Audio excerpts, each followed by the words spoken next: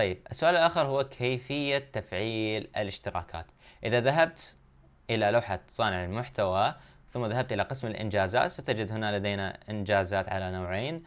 الطريق لتصبح شريك وهو الذي يهمنا في شرحه اليوم. بعد اكتمال البث لمدة 5 ساعات وحصولك على 75 متابع بإمكانك أن تقوم بالضغط على زر تمكين الاشتراكات، ثم يصبح لديك زر أشبه بالذي أملكه هنا على سبيل المثال.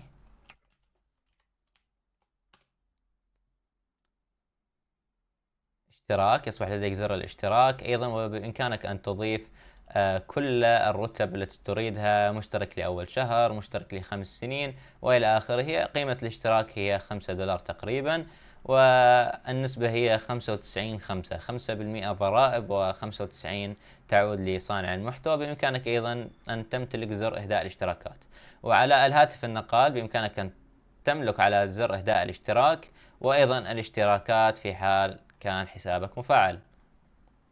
هذا وباختصار موضوع الإنجازات.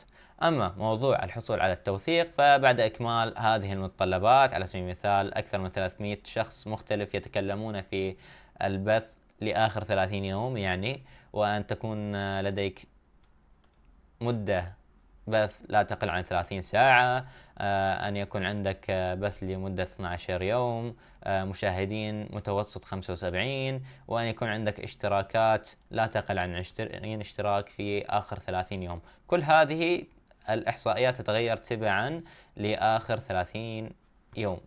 أما التي فوق فلا، هي مفتوحة يعني. مجرد ما أنك بثيت 5 ساعات راح يتم احتسابها لك. مجرد ما أنك حصلت على 75 متابع راح ينفتح لك هذا الاشتراكات، ولا يعتمد على آخر 30 يوم. أتمنى أكون جاوبت على هذا السؤال، وننتقل إلى موضوع آخر.